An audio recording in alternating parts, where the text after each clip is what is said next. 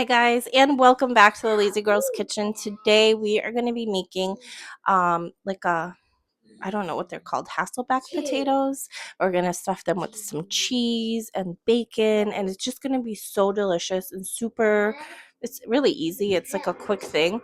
The longest it'll take is for you to bake your potatoes. But yeah, I'm so excited to share it with you. I actually made a mini version of this like years and years ago, and I love it. So let's get started.